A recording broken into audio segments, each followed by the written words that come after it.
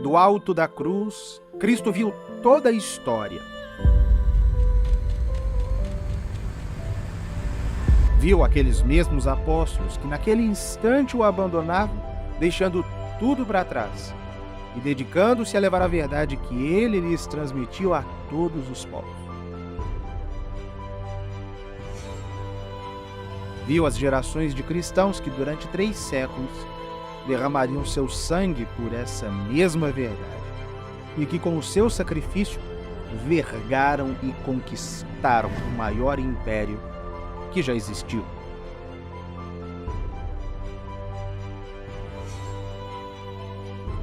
E ele viu sua igreja, perpetuada nos séculos, triunfando as oposições, convertendo as nações e dando permanente testemunho da verdade imorredora que ele a ela confiou.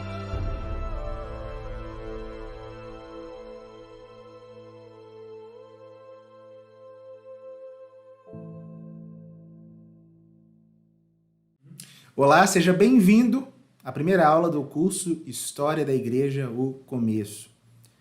Para quem já me acompanha aqui no canal ou é aluno da Escola de História da Igreja, sabe que nós já tratamos aqui das origens da Igreja Católica, do primeiro século, etc.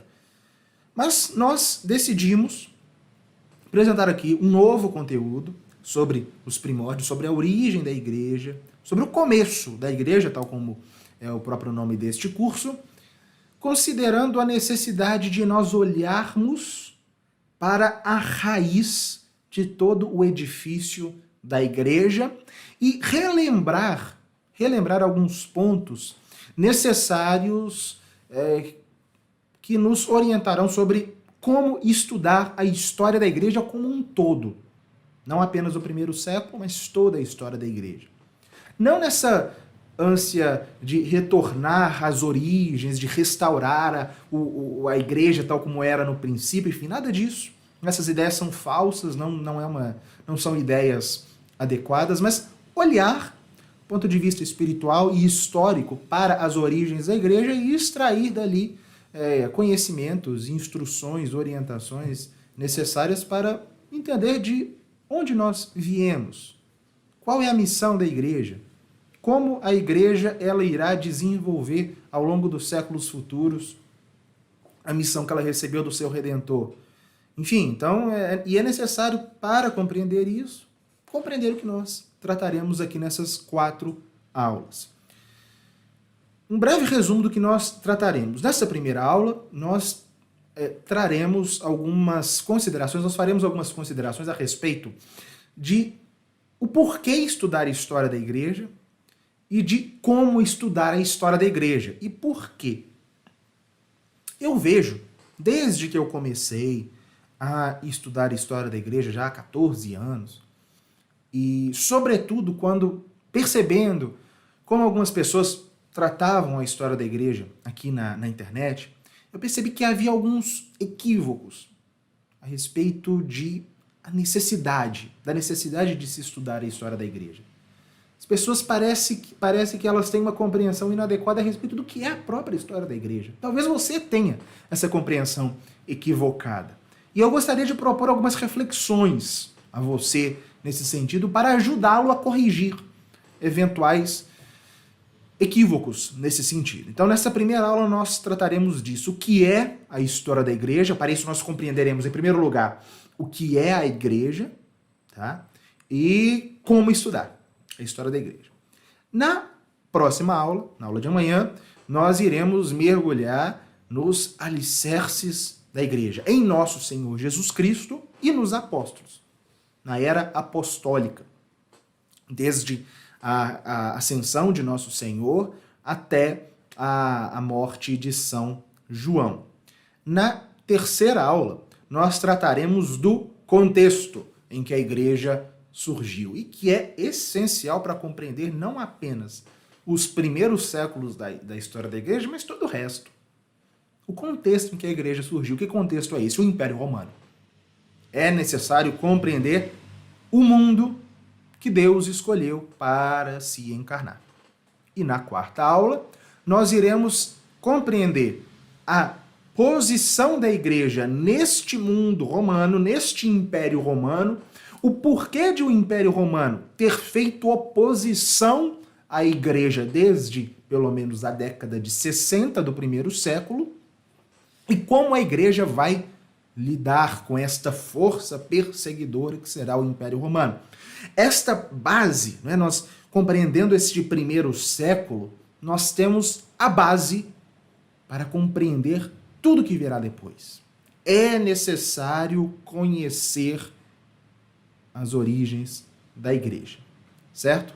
Então, mesmo quem já me acompanha, mesmo quem já acompanha as nossas aulas semanais, mesmo quem é aluno da Escola de História da Igreja, é necessário conhecer, é necessário este curso, sobretudo esta primeira aula aqui, tá?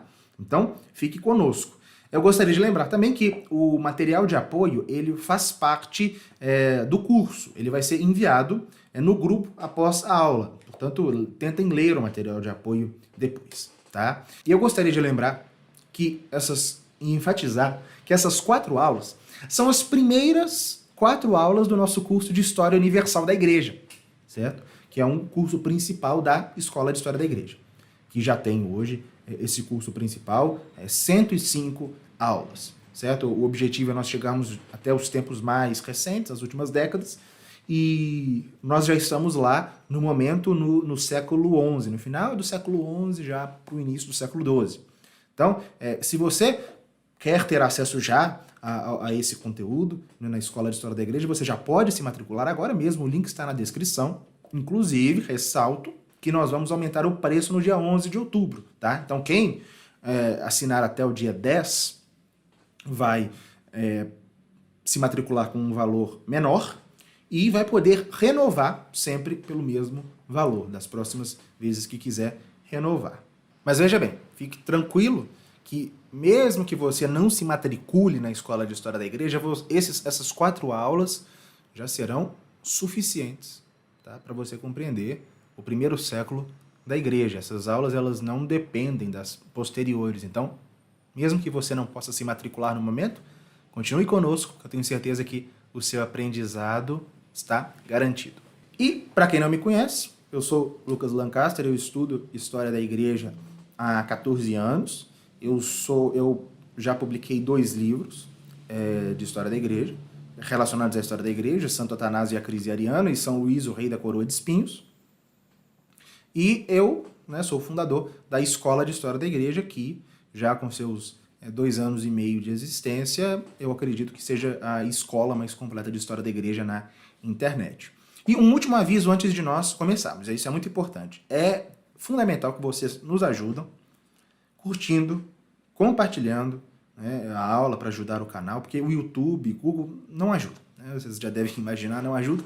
Então eles diminuem a veiculação de conteúdo religioso, então é necessário que nós precisamos de vocês para que nós cresçamos. Então comentem, né? Comentário é muito importante, não apenas no chat, mas também na aba de comentários aqui embaixo, curtir, compartilhar, etc. Né? Quem não estiver inscrito no canal, se inscreva, enfim. Então, isso vai nos ajudar muito e que Deus os recompense. Então, vamos dar início.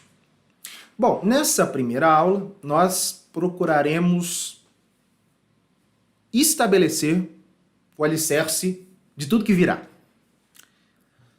A compreensão do que é a história da igreja, como estudá-la e por que estudá-la. Quando nós queremos adquirir o conhecimento de algo, o primeiro passo é esse: entender o que é este algo, o que é esse objeto de estudo, ou, na linguagem mais escolástica, o que é esse sujeito de estudo, no caso, a história da igreja.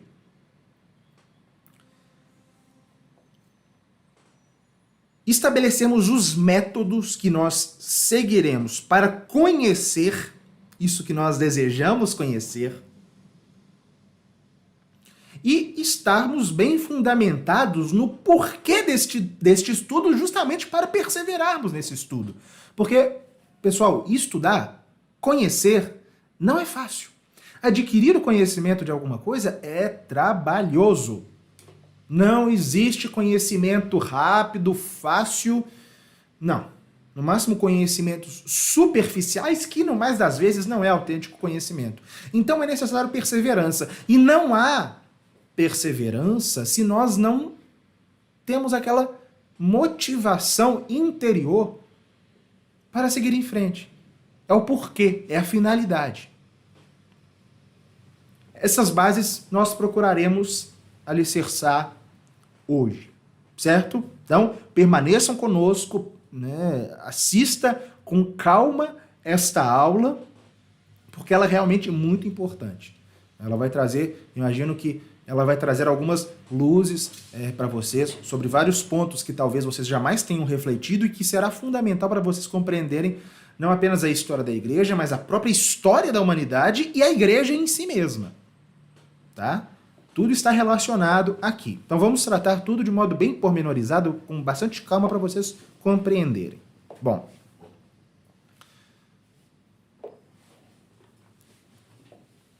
a história da igreja não será bem apreendida se nós não soubermos o que é a própria igreja. E aqui, naturalmente, eu sou católico, o conteúdo que eu ministro aqui é um conteúdo de história católica, então a visão que eu apresentarei aqui é a visão da Igreja Católica. Isso fique claro, certo? Então, o que é a igreja? Esse é o ponto de partida. Esse é o ponto de partida aqui. Essa pergunta, a resposta a essa pergunta, o que é a igreja, ela comporta 4 respostas que se relacionam e formam o todo. Em primeiro lugar, a igreja católica, ela é uma sociedade perfeita fundada por Deus. Quando eu falo aqui sociedade perfeita, essa é inclusive uma denominação, essa é uma descrição, uma definição que se cristalizou, sobretudo a partir do Concílio de Trento, no século XVI. O perfeito aqui não se trata de uma qualidade elogiosa. Não. O que é perfeito?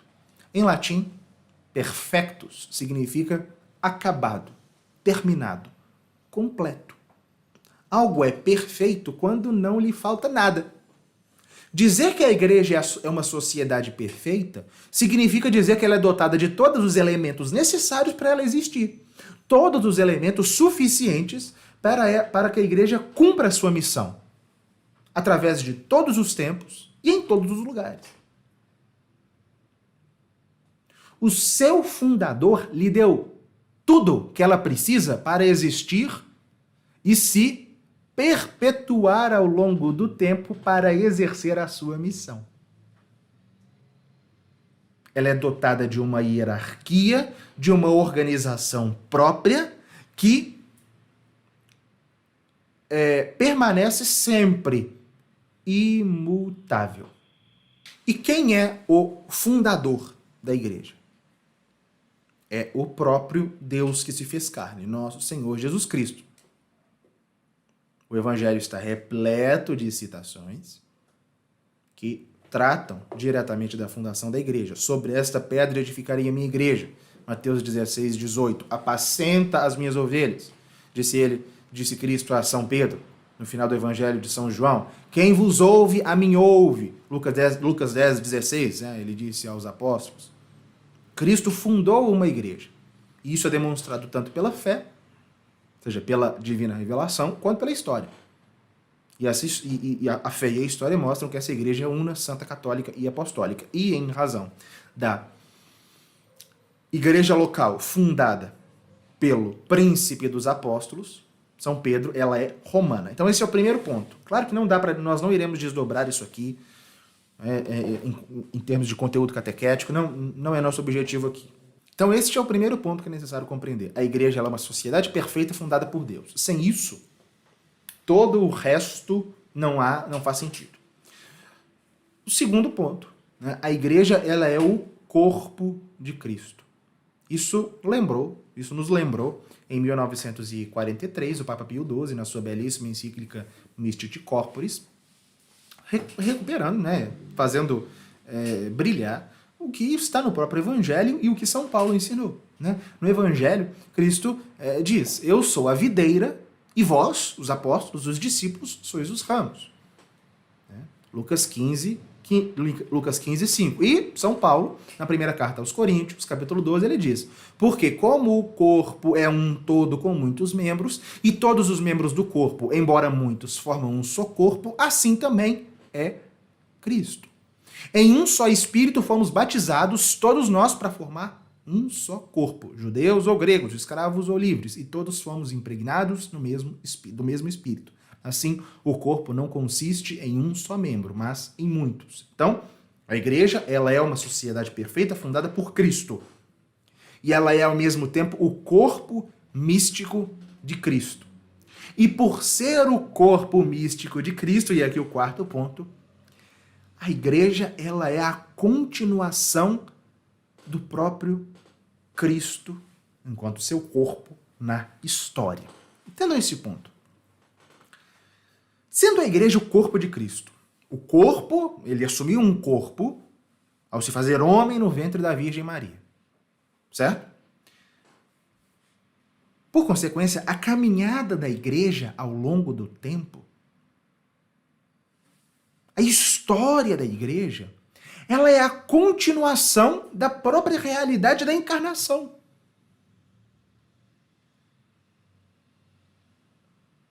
Quando nós conhecemos a história da igreja, nós conhecemos a continuação da vida de Cristo nesse mundo.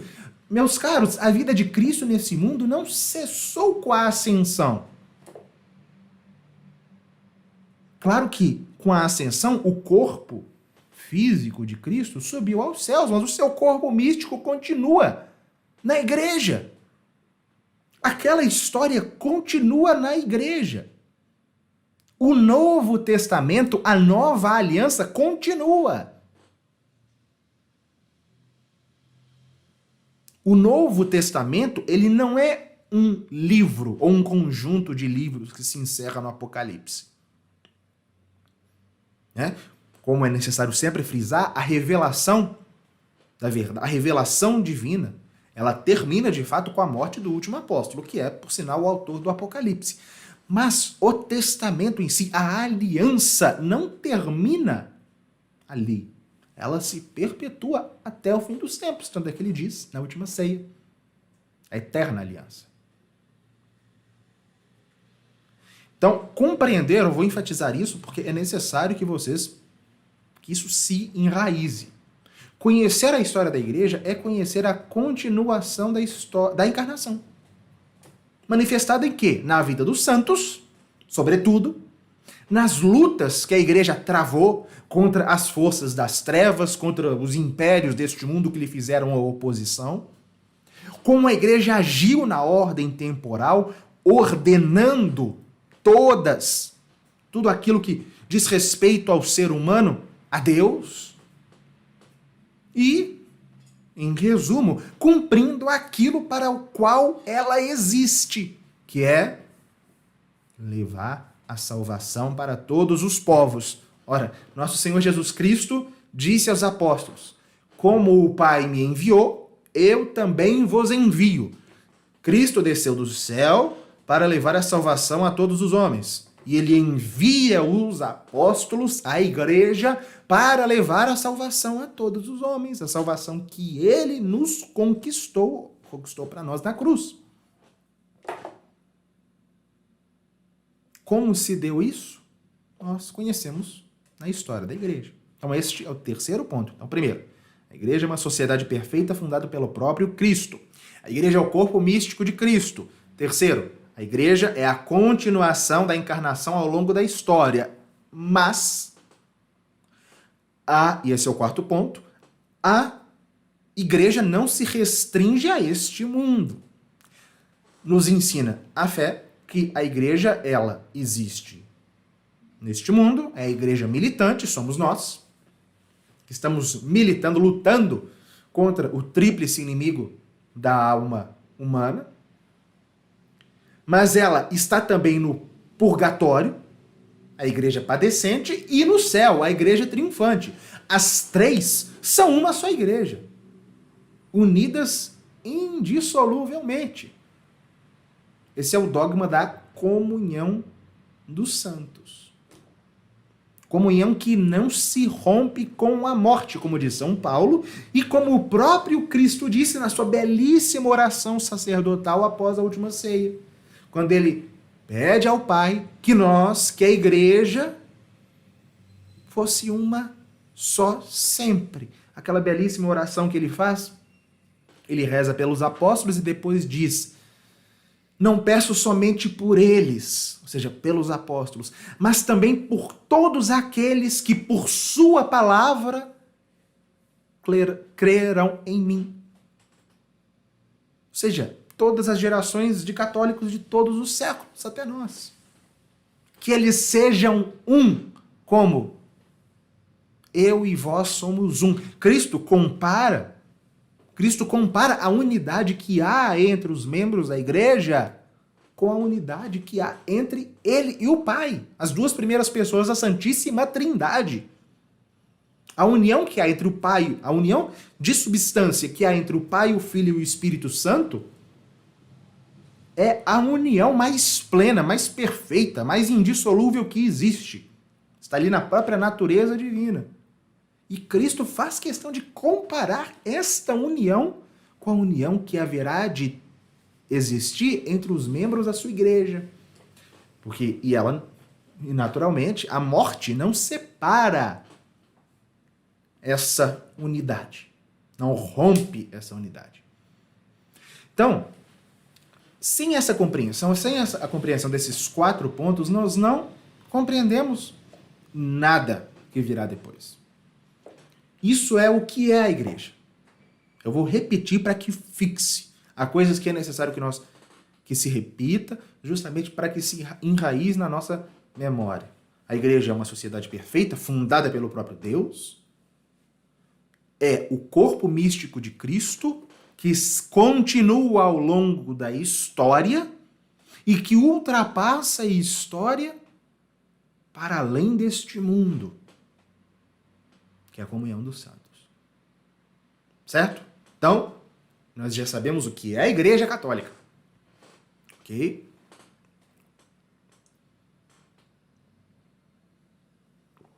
E além desses 4 pontos, é necessário ter em mente algo que é fundamental para todo o restante, para a compreensão de toda a história da igreja, mas este ponto nós trataremos daqui a pouco. Bom, antes de nós falarmos exatamente do que é o estudo da história da igreja, eu gostaria de apresentar aqui alguns equívocos sobre, na verdade, o que não é a história da igreja. Tá? 3 equívocos que são perceptíveis. 3 versões, 3 visões errôneas ou incompletas, pelo menos, do que é a história da igreja e que eu percebi, sobretudo, aqui na internet, neste tempo, nesses meus anos de estudo e de ensino da história da igreja. 3 erros. O primeiro é aquele equívoco das pessoas que pensam que o estudo da história da igreja é o estudo das boas realizações civilizacionais da igreja ao longo do tempo. É aquela pessoa que fala assim: nós vamos conhecer a história da igreja, vamos entender que a igreja construiu a civilização ocidental. Como se a história da igreja fosse isso. Mostrando a contribuição da igreja para a ciência, para a arte, para a organização política e social, e organização social. Tudo isso faz parte. Faz parte, é claro que faz. No nosso curso, nós trataremos com detalhes ao longo das nossas mais de 100 aulas, trataremos com detalhes disso, mas quem pensa que a história da igreja é só isso, ignora o óbvio e, por consequência, coloca em risco todo o resto. Ignora que a missão da igreja é essencialmente espiritual. E que a contribuição, o contributo civilizacional da igreja é fruto dessa missão espiritual. E não o objetivo dela. Vejam, seria como pensar que os mártires dos primeiros séculos morreram pensando no apogeu civilizacional da Idade Média. E não. Eles morreram para não negar a Cristo, pela salvação das suas almas. Eles não morreram pensando na fundação da Universidade de Paris no século XIII. Então, conhecer a história da igreja não é conhecer a contribuição civilizacional da igreja ao mundo. Não, toda essa contribuição civilizacional que de fato há, está no bojo de algo muito maior, que é justamente a razão de ser da igreja. Para que a igreja existe? Para transmitir a doutrina redentora, revelada a ela pelo próprio Deus, e através dos sacramentos, e ministrar os sacramentos, que são canais da graça que Cristo obteve para nós na cruz. É para isso que a igreja existe, para levar as almas para o paraíso. O contrário disso é o que Romano Amélio chama de cristianismo secundário. O cristianismo a serviço da sociedade, da política, enfim, esse cristianismo filantrópico. Todo o bem que a igreja já fez ao longo dos séculos para a civilização é uma consequência de algo bem maior. Então, este é o primeiro equívoco. Quem já chega falando de ensinar a história da igreja, ensinar que a igreja construiu a civilização ocidental, essa pessoa não entendeu o que é a história da igreja. Agora, um segundo erro, segundo equívoco, ou uma segunda visão limitada sobre o que é a história da igreja, é aquela que entende a história da igreja como uma mera resposta, que é necessária, é verdade, mas uma mera resposta às acusações infundadas, falsas ou distorcidas que os inimigos da igreja lançam contra ela. Entendendo que se deve estudar a história da igreja para responder às mentiras protestantes, marxistas ou racionalistas. E várias vezes, né? Eu já fui falar, de história da igreja por aí, e as pessoas pensam que eu vou falar, que eu vou desmentir mitos sobre a história da igreja. Pelo amor de Deus, gente. Pelo amor de Deus, isso é só uma parte. Essa defesa apologética a partir da história é extremamente necessária. No entanto, restringir a ela o estudo da história da igreja é um absurdo.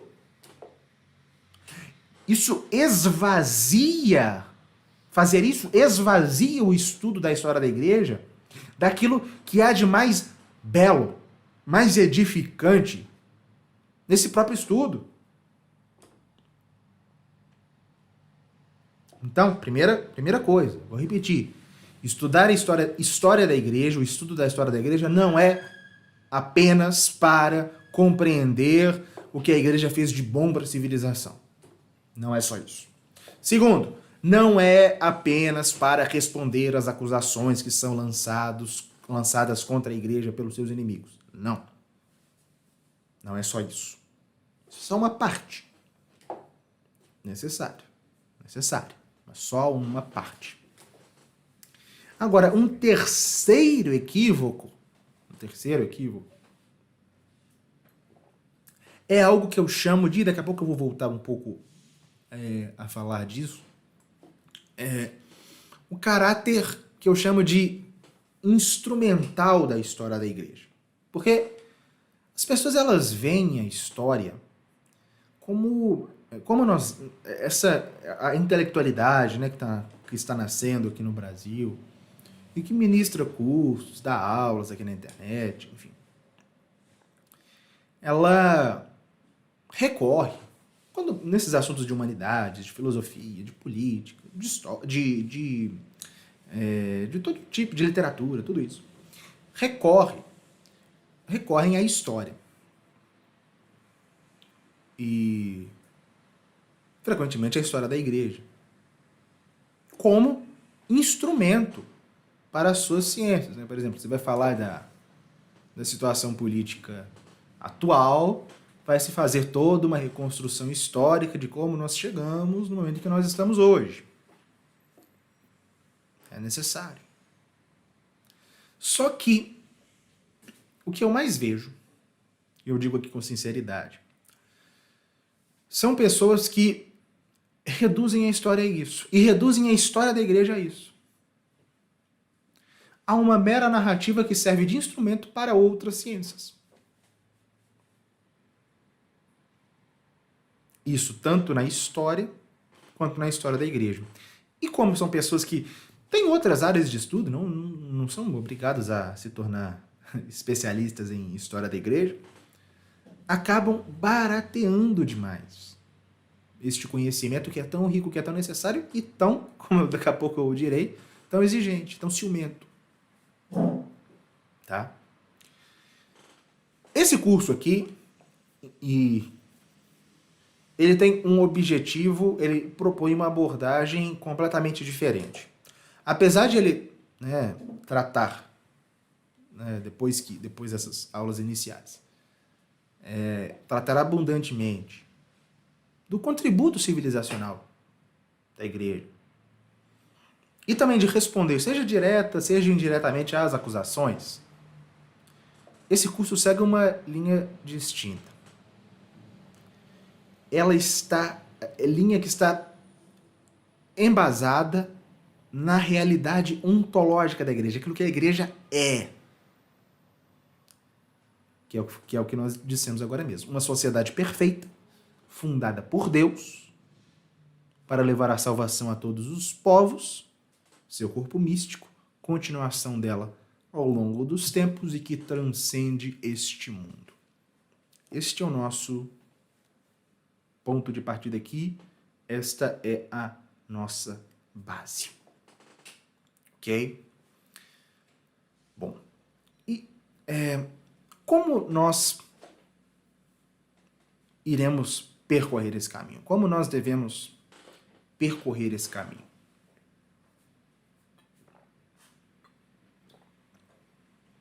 Como estudar a história da igreja? Em primeiro lugar, considerando isso que nós expusemos acima, né? A igreja, fundada por Cristo, continuação dele na história, seu corpo, uma comunhão que transcende esta vida. Esse é o primeiro ponto. Segundo, considerando que a história da igreja é muito mais do que responder às acusações dos inimigos e mostrar as grandes coisas que a igreja fez pela civilização. Tá? Esse é o terceiro ponto. Segundo ponto. O terceiro é justamente evitar cair no erro oposto, porque se haverá alguns que consideram que a história da igreja é simplesmente isso, né, a contribuição dela para a civilização, haverá aqueles que lerão a história da igreja como que arrancando a igreja da história. Pensar na igreja como uma realidade invisível apenas, espiritual, quase protestante, achando que a história da igreja é simplesmente a narrativa da vida dos santos. Não. Até porque os santos estavam muito bem aqui neste mundo. A igreja, ela é chamada a agir neste mundo, a agir na história, para ordenar tudo a Cristo e assim levar todos os homens para o céu. Como diz o padre Sertilange, a cruz, e eu gosto sempre de repetir isso, a cruz de Nosso Senhor não estava flutuando nos ares, ela estava enraizada, ela estava fincada na terra. Ela estava lá, fincada em Jerusalém, na província da Judéia, no Império Romano. Ela estava ali, não estava pelos ares. Tá? Agora, quarto ponto, e aqui é necessário que nós nos detenhamos um pouco.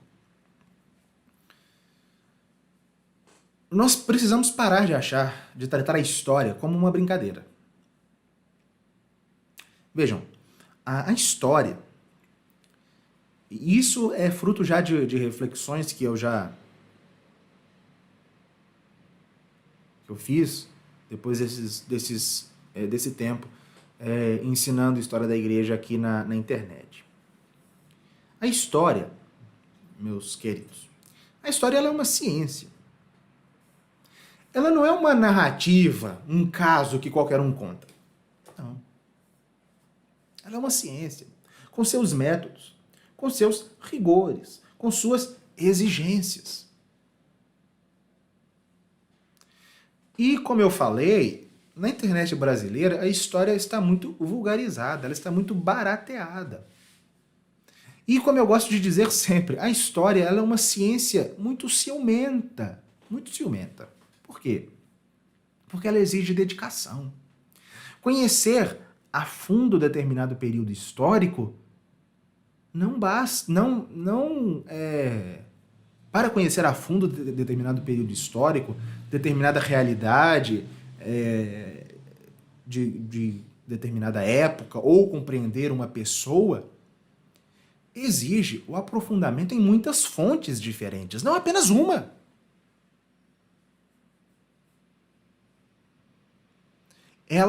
A história, ela como que exige de nós uma dedicação para compreender bem. Vocês que são alunos não necessariamente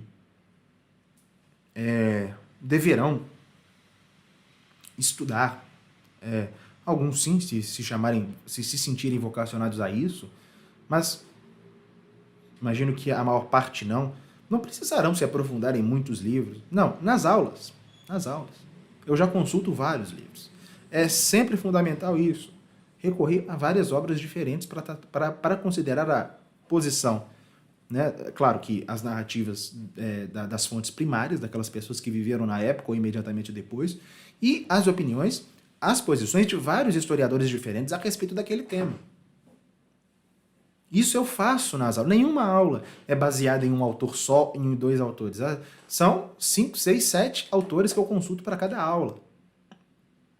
Justamente para poder contrapor vários pontos de vista, construir o todo de determinado assunto de modo sólido para vocês.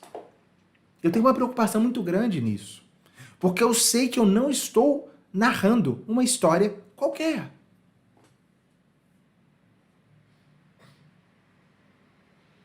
Agora, é por isso justamente que eu criei a Escola de História da Igreja. Para proporcionar isso a vocês. Para proporcionar isso com seriedade, com aprofundamento. Para que vocês, a partir de vários autores que eventualmente vocês não lerão, se lerem, maravilha, mas talvez não lerão, por causa da dificuldade da língua, ou até de tempo, tenham um conhecimento sólido.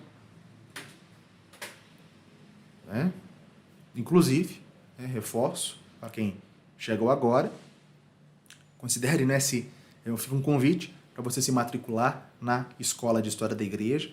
Este curso aqui, essas 4 primeiras aulas, são as 4 primeiras aulas do nosso curso principal, nosso curso de História Universal da Igreja, que se estenderá até as décadas mais recentes e que já, no presente momento, está lá no século XI, final do século XI. Então, o link para você se matricular está aqui na descrição. Então, a nossa preocupação aqui é essa, certo? E eu vejo também uma coisa, uma dificuldade,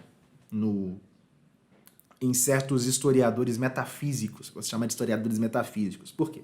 São normalmente historiadores aqui entre aspas, tá? Pessoas que eventualmente se metem a falar de história da igreja. Esses historiadores que são filósofos, na verdade,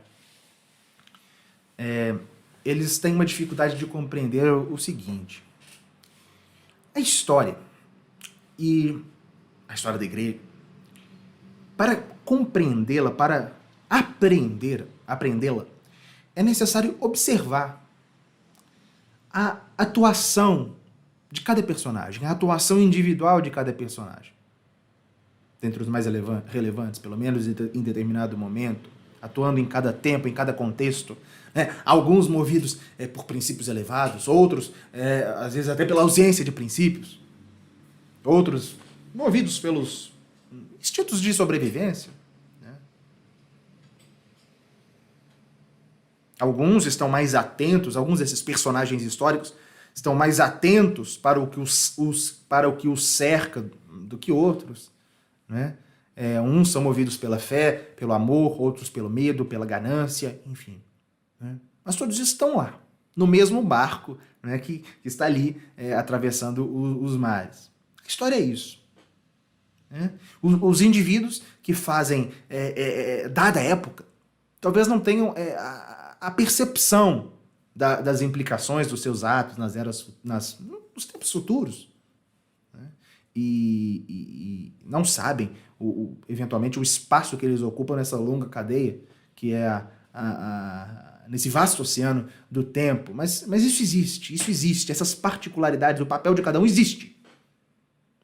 E enquanto historiador, é minha tarefa observar, mostrar a vocês os indivíduos. Eu já fiz em 2 ocasiões, enquanto biógrafo de 2 santos, mas compreendendo o papel de cada um desses indivíduos, dos santos principalmente, mas de todos os outros personagens que estavam ali envolvidos na história da igreja, qual foi o papel deles? O papel deles no mundo, o papel deles na história do qual fizeram parte. Então, como eu gosto de dizer, é um duplo movimento. Um movimento de, em primeiro lugar, individualização, né, pelo qual nós percebemos o papel de cada pessoa, em cada época, em cada momento histórico desses 20 séculos. Né? Cada pessoa no seu papel mais íntimo em face do todo. E ao mesmo tempo de um esforço de generalização, né? Pelo qual nós percebemos as sociedades, as comunidades, as nações, as épocas, atravessando os mares, né, até o destino final, tal como a própria barca de São Pedro. Então, vejam, Deus enviou os seus apóstolos há 20 séculos para fazer de todos os homens salvos, para fazer de todos os homens e de todas as nações membros da igreja. Ok? A igreja, ela é, por excelência, esse espaço no qual cada membro tem o seu papel e no qual todos os membros integram o corpo. Não é? Então, analisar as peculiaridades de cada época, de cada contexto, as particularidades de cada indivíduo, dentre os mais relevantes na narrativa da história, e, a partir dessas análises, remeter ao todo da história, é uma dificuldade imensa para esses historiadores metafísicos. Né? Porque eles estão acostumados a tratar ali de princípios filosóficos, de realidades essenciais, de essências. Então eles têm dificuldade de tratar ali do particular. Eles como que reduzem realidades complexas a fórmulas simples. Né? Descrevem acontecimentos assim bem repleto de particularidades, de dificuldades que exigem do historiador um esforço maior para entender de fato o que estava acontecendo ali. Eles fazem normalmente baseados apenas em um ou outro historiador, eles fazem uma análise superficial de determinada época e te entrega como se fosse a verdade, sem nenhuma compreensão do que há de mais íntimo, de particular e de excepcional em cada época.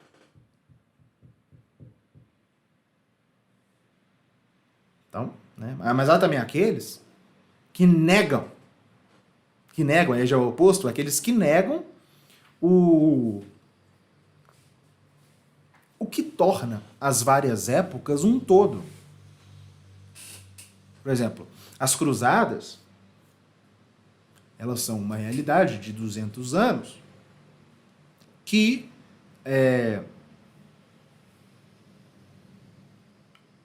repleta de peculiaridades.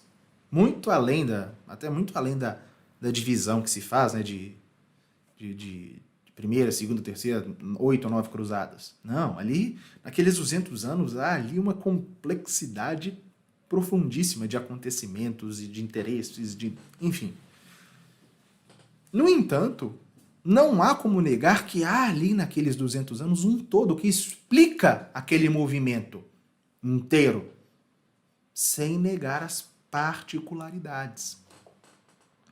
É necessário, portanto, um meio termo, né? E os meus dois mestres nesse aspecto são dois historiadores que estão profundamente alicerçados na filosofia, na teologia, ou seja, são dois autores argentinos, pai e filho, Rubem Calderón Boucher e o padre Álvaro Calderón, que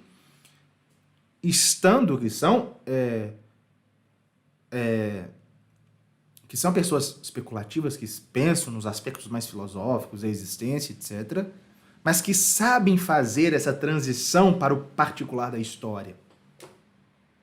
Né? Então, pessoal, não caiam, né? não caiam em descrições muito rápidas, apressadas da história da igreja. Cada época, são 20 séculos. São 20 séculos. É necessário compreender com calma, com paciência, com carinho e dedicação esta história. Certo? Agora, um outro equívoco que nós devemos nos desembaraçar ao estudarmos a história da igreja e que eu cheguei à percepção a respeito disso bem recentemente, no momento que eu estou gravando essa aula, é uma ideia muito veiculada aí na internet, que é a de verdadeira história, a verdade sobre tal coisa, a verdade sobre aquela outra coisa, enfim. E eu faço aqui uma meia-culpa, né, várias vezes. Eu já disse isso, talvez não eu disse verbalmente, mas em anúncios, etc. A verdade sobre a Idade Média, a verdade sobre aquilo, a verdade sobre a história disso. Qual é o problema de se dizer isso? E agora eu acho que eu adquiri uma percepção mais sólida a respeito dessa questão. A verdade, ela existe, de fato. A verdade, ela existe. E ela não é subjetiva. Só que quando eu digo que vou dizer a verdade a respeito de uma coisa, ou eu estou cometendo um pleonasmo, estou dizendo o óbvio, ou eu estou, na verdade, arrogando para mim um conhecimento que não tenho. Entenda. Olha, eu posso dizer que vou dizer a verdade simplesmente no sentido de que, pessoal, eu não vou mentir para vocês. Quando eu falo, eu vou falar a verdade sobre a história da igreja. Estou querendo dizer, eu não vou mentir. Mas eu acho que eu não preciso chegar aqui falando, pessoal, eu não vou ensinar mentiras aqui. Ou seja, falar em verdade nesse sentido é desnecessário. A gente já parte do pressuposto de que o outro não está mentindo para nós. Pelo menos não tem a intenção de faltar com a verdade conosco. Ou seja, falar de verdade da história da igreja, nesse sentido, seria uma redundância absurda. Seria como eu declarar, eu não vou falar a mentira sobre a história da igreja. Desnecessário dizer isso. Agora, a outra opção, a outra alternativa seria dizer que, né, quando eu digo que vou ensinar a verdade sobre a história da igreja, seria dizer que eu sou dotado do conhecimento pleno a respeito da história da igreja. Vejam, a ciência histórica não é assim. Sempre é possível aprofundar, melhorar, corrigir. Nem sempre acerto nos meus juízos históricos. Sempre procuro acertar. Sou muito criterioso. Por vezes eu sou até escrupuloso. Por vezes as aulas semanais não acontecem na data, às vezes eu adio para a próxima, justamente porque o tema exigiu de mim que algumas pontas soltas fossem corrigidas, fossem cortadas. Para que eu não fosse leviano nas minhas afirmações, para que eu tivesse tempo de consultar outros autores que me dessem uma compreensão mais completa, mais aprofundada, mais segura. Porque a ciência histórica, pessoal, nós não podemos entender a ciência histórica como simplesmente a enunciação de uma doutrina. A doutrina está na base, como nós veremos daqui a pouco. A fé católica está na base de todo o meu ensino. Ela é a verdade. Agora, como foi a relação do Papa Símaco com os ostrogodos no começo do século VI, se eu disser que vou aqui trazer a verdade sobre este assunto, eu estou como que querendo dizer que eu vou dizer tudo o que é possível compreender a respeito deste tema. E sempre há algo mais para se conhecer. Sempre é possível se aprofundar mais. Sempre é possível, a partir de outras fontes, a partir de fontes, às vezes, que nós nem descobrimos, documentos antigos que estão perdidos em bibliotecas na Europa. Nós aprofundarmos o conhecimento. Ou seja, não se trata de relativismo, não se trata de subjetivismo, não se trata de, a verdade está sendo construída. Não, é a nossa compreensão, a nossa apreensão da verdade histórica que cresce. Né? Isso é claro, e há também um risco nisso, nos coloca como que reféns, prisioneiros dos nossos próprios erros, porque se eu disse que eu me propus a dizer a verdade sobre tal tema, se eu tenho acesso a um documento, a uma obra que racionalmente, pela razão, me mostra que aquilo que eu disse não era bem assim, como fica? Então aqui, pessoal, eu não tenho nenhuma pretensão de dar a vocês a verdade completa sobre a história da Igreja Católica. Não. Mas, a partir de muitas fontes que eu disponibilizarei aqui, muitas fontes, tentarmos nos aproximar ao máximo de como estes grandes acontecimentos se deram, analisando os seus contextos, as suas particularidades, os indivíduos envolvidos e, sobretudo, a ação de Deus em cada um deles. Sempre sendo possível corrigir algo quando necessário, aprofundar a nossa compreensão, para assim o conhecimento crescer. Né? A verdade, a base, que é a verdade revelada, ela já está dada. Já está dada. Nessa verdade não é necessário, não há nada mais a se acrescentar. Ela já está dada. Agora, as verdades históricas, tal como se deram ao longo do tempo, nos aprofundarmos no conhecimento delas, sempre será possível. Um documento essencial da história da Igreja, o Cânon de Muratori, um texto da Igreja Romana do começo do século, no final do século II, do tempo do Papa São Pio I, que lista lá os livros reconhecidos como canônicos pela Igreja Romana no Novo Testamento. Para nós, esse cânon, esse texto, ele é um dado já óbvio, já está presente em todos os livros. Mas ele foi encontrado no século XVIII. Antes do século XVIII não se sabia da existência desse documento que é tão importante.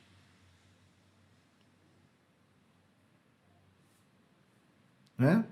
Quantas informações a simples existência daquele texto não trouxe para a compreensão da história da igreja no século XVIII. Então, o que eu estou dizendo é justamente isso. Não pensem que eu vou dar aqui para vocês fórmulas históricas. Não, porque o conhecimento é sempre possível de aprofundamento. Né? Eu mencionei bibliografia, né? E frequentemente as pessoas... Esse é um ponto também muito relevante. Muitas vezes as pessoas elas me perguntam, né, qual livro eu indico para estudar a história da igreja. Eu irei oferecer aqui, disponibilizar a biografia dos módulos. Mas é necessário compreender uma coisa. Existem autores que eu estudo, mas cujas obras eu não recomendo, porque sei que há alguma coisa ali que nem todos terão o discernimento necessário para discriminar, né, o que é errado ou o que é certo. Então é muito difícil isso, né? Quando a gente sugere um livro de história, na prática parece que a gente está sugerindo tudo que a gente está subscrevendo tudo que está escrito ali. E quase nunca é o caso. E algumas vezes, com certeza, não é o caso. Né? Então, é por isso que eu digo, né? A compreensão da história da igreja ela nunca poderá ficar restrita ao estudo de um livro só, de uma coleção só. Né? Então, por isso que né, mais uma orientação sobre isso, de como estudar a história da igreja, sempre consultando várias fontes, sempre consultando vários historiadores. E, sobretudo, historiadores, e este é a última recomendação, né? Compreender a história da igreja à luz da doutrina revelada por Deus, né? A fonte segura da verdade. Nós não compreendemos a história da igreja católica sem compreendermos a fé que ela guarda, a doutrina que ela guarda, aquela verdade revelada por Deus a ela. Tá? Bom, qual é o meu pensamento aqui, né? Que orientação, que escola, né, historiográfica eu sigo? É aquilo que eu já disse para os meus alunos várias vezes. A escola histórica católica, o sentido católico da história. Aquilo que está ali alicerçado em Santo Agostinho. E que o Papa Leão XIII exprimiu com detalhes na sua encíclica Supernúmero Considerantes, de 1883. A história da igreja, né, é vista sob aquele prisma espiritual.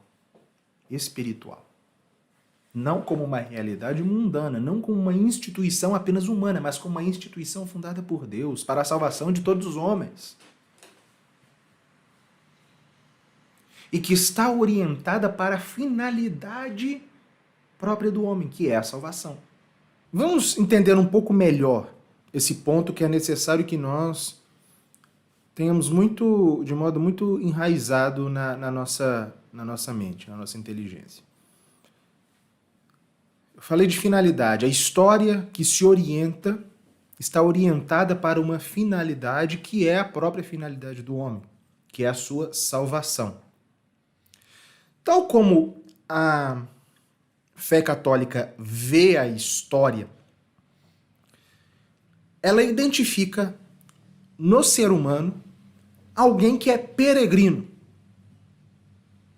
Na expressão de Dom Prosper Guéringer, no seu sentido católico da história, o peregrino em demanda da eternidade.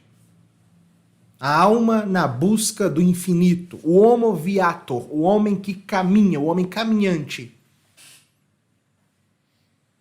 Há um sentido. Quando nós falamos em sentido católico da história, essa expressão sentido tem dois significados.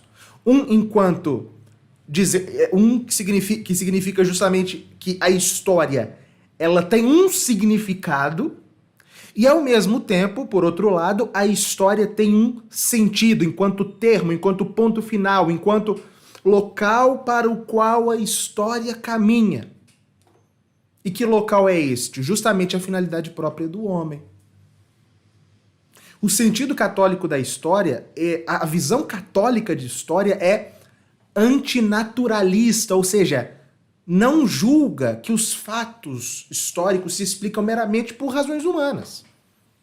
Os historiadores naturalistas, eles excluem o sobrenatural, a ação do sobrenatural na história, acham que tudo é explicado por razões humanas e que não há uma finalidade na história e um significado nos acontecimentos, não. A visão católica da história, tal como nós temos, inclusive, na Escola de História da Igreja, um curso sobre isso, é o sentido católico da história. A visão católica de história, ela nos mostra o caminho para o qual a humanidade se direciona. Certo? E, para um católico, não há como ler a história de modo diferente. Existem aqueles positivistas positivistas da história que querem excluir completamente o sobrenatural da história, as interpretações valorativas dos acontecimentos históricos, em nome de uma suposta pureza da historiografia. E muitos se dizem católicos, mas não é possível de ser. Dom Prosper Göttingen, no seu sentido católico da história, ele diz assim: nem o homem e nem a sociedade, nem a história explicam-se fora da ideia católica. Se a providência não é somente um nome, se a encarnação não é uma lenda, se a ordem sobrenatural não é um delírio, se a eternidade não é uma ilusão, então esse imenso conjunto das vidas humanas que é a história apresenta ao homem um sentido, um escopo, uma lei, uma direção. Não se pode dizer que não há nada além de datas e fatos, como se fosse um mero espetáculo, nem que a humanidade, no decorrer de sua longa vida, nada teve de fazer ou de conquistar. Aqui, fecha aspas. Então, na história, né, está ali impressa a lei do destino temporal, aqui neste mundo, e o destino espiritual, no outro mundo, do homem. Do homem. Certo? Nós não podemos excluir o sobrenatural. E não apenas e quando eu falo excluir o sobrenatural, não apenas negando a ação do sobrenatural ao longo da história, mas negando que a finalidade da história é sobrenatural. Ela aponta para algo que é supra-histórico, além da história. Certo?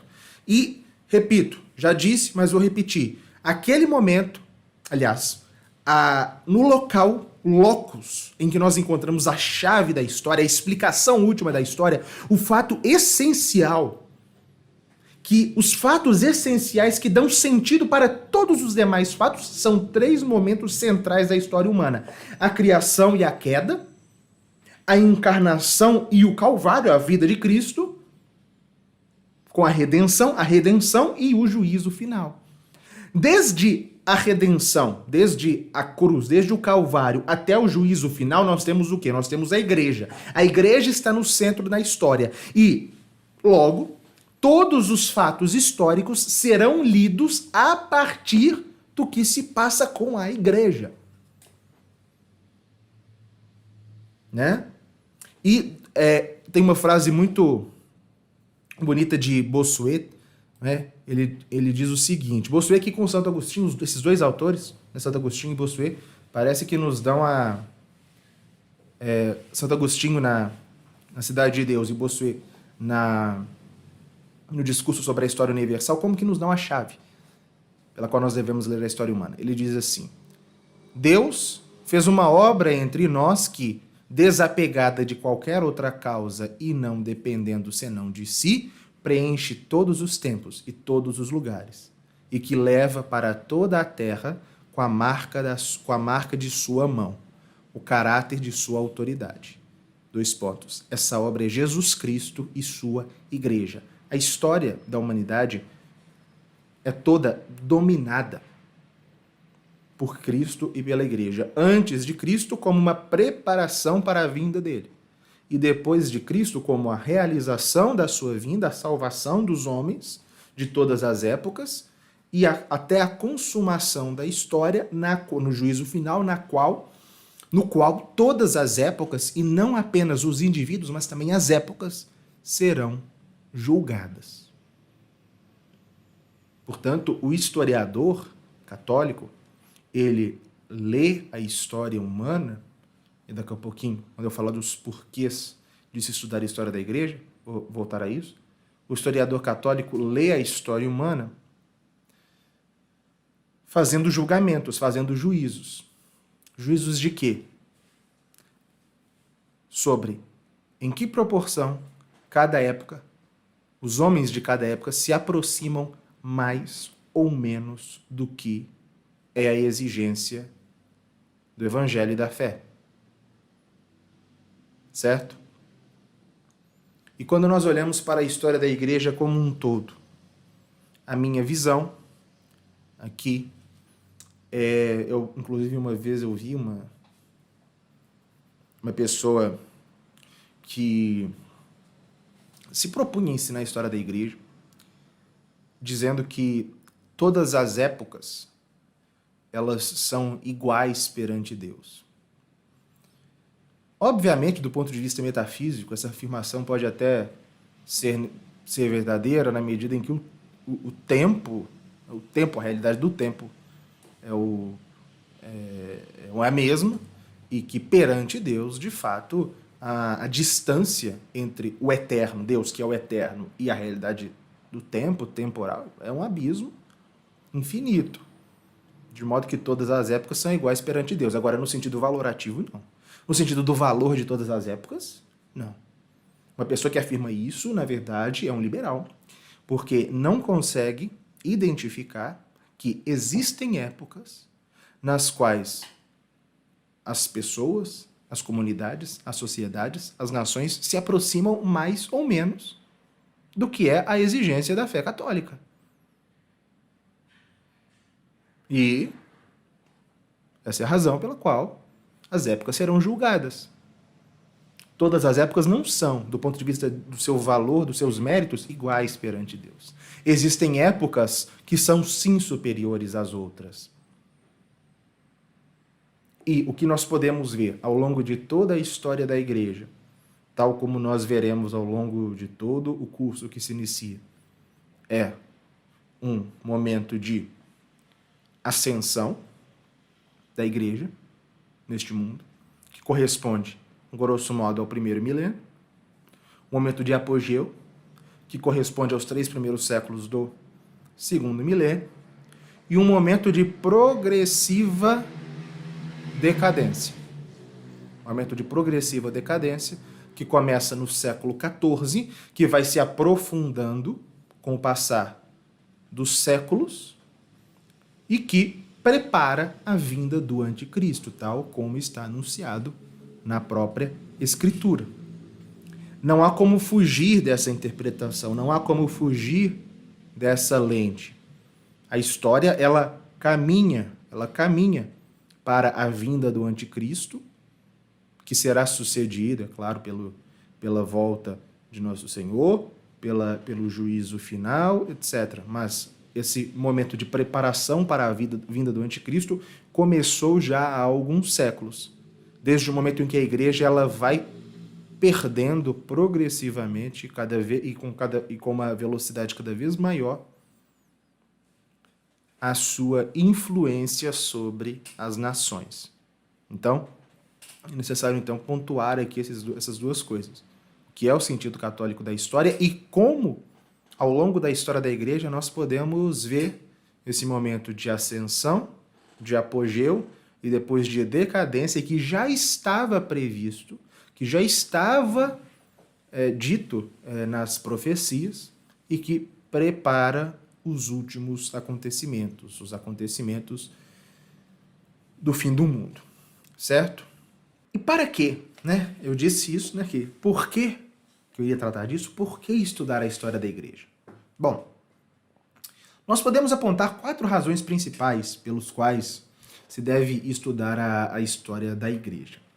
Uma coisa que eu sempre disse desde o começo, aqui, né, no nosso trabalho, é para nós conhecermos a nossa própria história. Entendam bem, quem é batizado e é membro da igreja faz parte de uma história que antecede em milênios o seu próprio nascimento. Você, que é membro da Igreja Católica, batizado, portanto é membro quando você é batizado, você pertence a uma história que começou há 2000 anos, quando o Filho de Deus se fez homem e que continua pelos séculos. Você deve encarar a história da igreja não como uma coisa que transcende a sua vida, não, mas da qual você faz parte. Nós devemos considerar a história da igreja, que não estou, pessoal, falando num sentido sentimental, não, mas num sentido espiritual profundo, ontológico, no ser da sua própria alma. Você pertence a essa história. Não se trata de uma atitude sentimental, mas de uma atitude espiritual, de entender o ser das próprias coisas. A história da igreja é a sua história. O que os santos viveram ao longo de todos os séculos, o que a igreja enfrentou ao longo de todos os séculos, desde o momento em que Cristo enviou os apóstolos para a evangelização de todas as nações até hoje, tudo isso é a sua história. A história da família a qual você foi integrado, a história do corpo ao qual você foi integrado quando do seu batismo. Então esse é o primeiro ponto. Conhecer a história da igreja é conhecer a sua própria história. Agora, segundo ponto. Para ler a história humana através da história da igreja. Essa é uma segunda finalidade muito importante. O católico, ele estuda e vê a história, vê tudo quanto existe na verdade, mas sobretudo a história a partir do Calvário. Vê a história como Cristo via a história desde a cruz. Ele sabe, e isso é o que é ensinado, eu recomendo muito, nós temos na Escola de História da Igreja um curso, o Sentido Católico da História, baseado na obra homônima de Dom Prosper Guéranger, um beneditino do século XIX. Ele mostra, né, que a história ela tem um sentido, ela tem um começo, que é a criação e a queda, um meio, a encarnação, que divide a história em antes e depois, de momento ali que se dá a fundação da igreja, e um fim, que é o juízo final, consumação dos séculos, etc. Ele vai ler a história humana, o católico, ele vai ler a história humana tal como um católico lê, reconhecendo a ação de Deus ao longo dos séculos, medindo, julgando os povos, as civilizações, as épocas, pelo termômetro com o qual devem ser medidos, que é o termômetro da santidade. A história humana, desde a vinda de Cristo, ela tem uma linha condutora, que é a igreja, e tudo gira em torno dela. Se nós queremos julgar cada época, analisar cada época, e o historiador faz sim juízos, né, para aprofundarem mais esse tema, assistam a aula que está aqui no canal, acho que ela se chama Eu Sou um Historiador Imparcial, algo assim, uma live que está disponível. O historiador ele faz juízos. E qual é o juízo que o católico deve fazer de cada época? Diz o Papa Leão XIII aqui, o historiador católico ele faz o juízo de cada época como julga um ser humano individual, ou seja, de acordo com a sua aproximação, maior ou menor, de Deus. A história, cada etapa da história é julgada de acordo com isso também. Quanto cada época se aproximou ou se afastou de Deus. Então, conhecendo a história da igreja, nós conseguimos ver a história da humanidade de forma completa. Ok? Uma terceira finalidade, e essa é fundamental, é compreender a história da igreja, e isso Dom Prosper Guéranger enfatiza muito também, conhecer, no sentido católico da história, né? Ele fala que a história é a maior prova da origem divina da igreja. Ora, o modo como a igreja sobreviveu a todas as tempestades ao longo dos séculos, como ela conquistou o Império Romano, como ela suportou, sobreviveu todas as adversidades e dificuldades que o mundo e o demônio lhe opuseram. Vejam, isso tudo é uma prova incontestável de que ela é de Deus. Conhecendo o que, né, como ela sobreviveu das suas próprias crises internas, como ela venceu as heresias, como ela venceu os cismas, todas aquelas ameaças internas que foram sendo suscitadas pelo demônio ao longo dos séculos, tudo isso é prova da divindade da igreja, da veracidade da fé que ela guarda e, portanto, nos possibilita a crescer na fé. E, por último, quarto lugar, conhecer a história da igreja nos mostra onde está a verdadeira fé da igreja. Por quê? Em épocas de crise na igreja como a nossa, em que considerável parcela do clero nem sequer mais ensina o que a igreja sempre ensinou, é necessário que nós recorramos àquela lição de São Vicente de Lerran, um monge do século V, que dizia o seguinte: se você quer saber qual é a fé da Igreja Católica, a verdadeira fé da Igreja, né, procure aquilo que foi crido sempre, por todos e em todo lugar, ou seja, em todas as épocas. Para saber o que foi crido sempre, por todos e em todo lugar, é necessário conhecer a história da Igreja. O que foi ensinado na época dos apóstolos, na época dos mártires, na Idade Média, na época tridentina, enfim. A história da igreja possibilita tudo isso. Vejam, a história da igreja é sim um instrumento, mas um instrumento para nós conhecermos a própria história da humanidade e crescermos na própria fé. Certo? Então, essa primeira aula, pessoal, ela teve como objetivo lançar, não é, este alicerce. Compreender o que é a igreja, para que ela existe, o que é a história da igreja, o que a história da igreja não é, como estudar a história da igreja e por quê. E assim, né, seguimos um caminho seguro, a partir dos melhores autores, né, sem deixarmos de perseverar, porque nós sabemos a nossa finalidade, a finalidade do nosso estudo, certo? Na próxima aula, aula 2, nós mergulharemos na história da igreja propriamente dita, conhecendo a origem da igreja, como nosso Senhor Jesus Cristo fundou a Igreja Católica, em que momento a igreja surgiu e como a igreja ela se desenvolveu na época apostólica, né? Tal como narrado nos Atos dos Apóstolos e nos acontecimentos imediatamente seguintes, até a morte do último apóstolo. Então, eu espero você na próxima aula. E, enfatizo, convite, se você quer ter acesso a todo o curso de História da Igreja, do qual esta é apenas a primeira aula, se matricule na Escola de História da Igreja. O link está aqui na descrição. No dia 11 de outubro, o preço da matrícula ela vai aumentar. Então, se você quiser assinar e se matricular, até com a possibilidade, não é, de renovação com o mesmo preço atual, que está menor, né, se matricule até o dia 10 de outubro.